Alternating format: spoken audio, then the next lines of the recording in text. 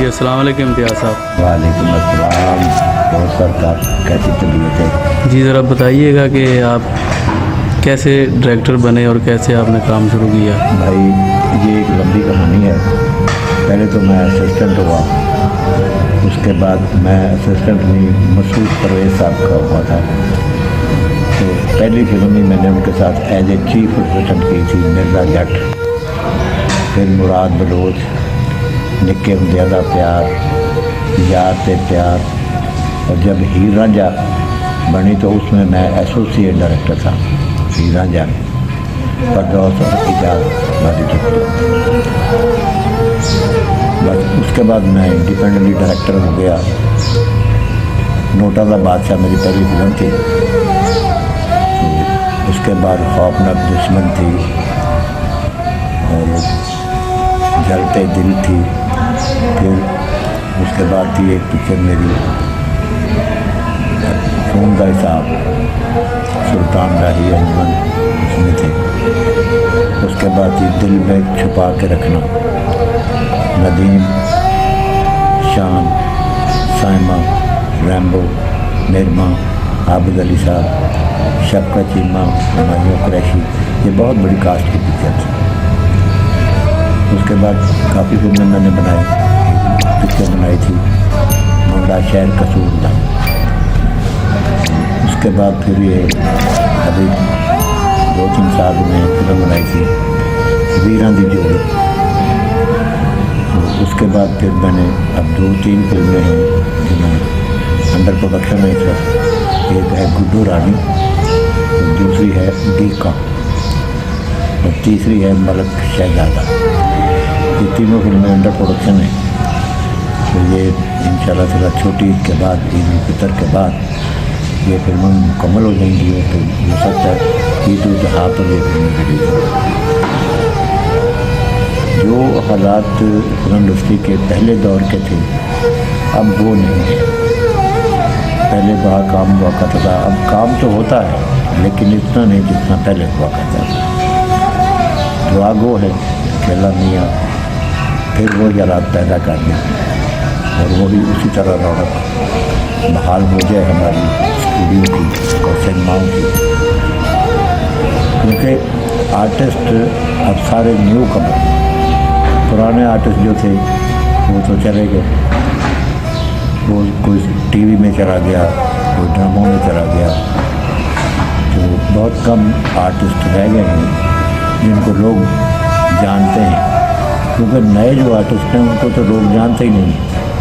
लोग जो पहले आते थे वो आर्टिस्टों को देखने आते थे, उनका काम देखने आते थे। अच्छा इम्तियाज़ साहब, आप माशाल्लाह इतने इतने बड़े एक्टरों के साथ आपने काम किया, तो ये ज़रा बताइएगा कि सुल्तान राही साहब, शान साहब और बड़े बड़े जो जितने भी एक्टर थे वो आपके साथ क्या सलूक करते थे? देखिए जी, जितने भी बड़े आर्टिस्ट थे वो बड़े टाइम के पाबंद थे, बड़े टाइम पर आते थे और बड़ा अच्छा उनका बिहेवियर होता था। ना सुल्तान राही साहब ने, ना साइमा ने, ना अंजुमन ने, नरगस उसने भी तंग नहीं किया।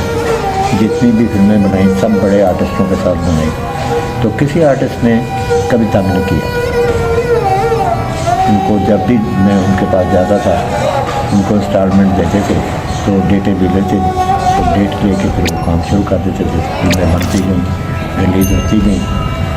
बड़ा अच्छा दौर था, बड़े अच्छे लोग थे।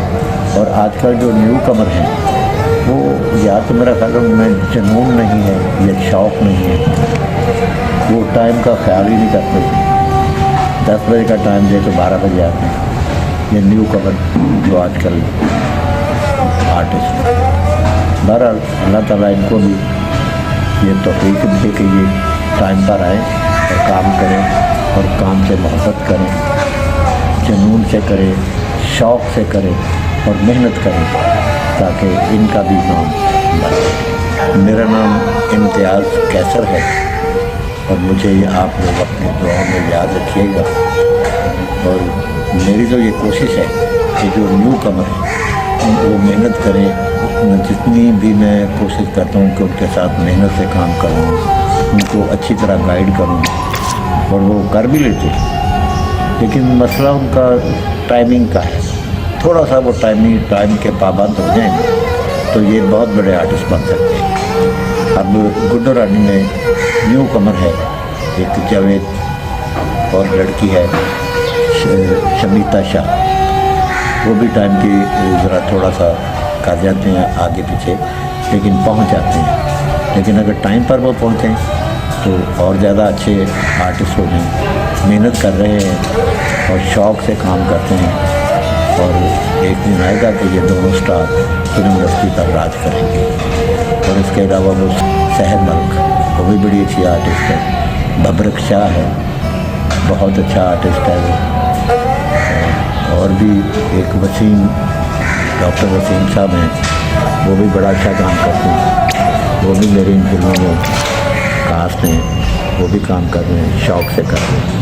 लेकिन बात फिर वही मैं करूँगा कि ये टाइम के ज़्यादा पाबंद हैं। इनको 10 का टाइम दें, 10 बजे आना है तो ये 12 बजे आते हैं। मेरा नाम इम्तियाज़ कैसर है और मुझे आप लोग अपनी दुआओं में याद रखिएगा।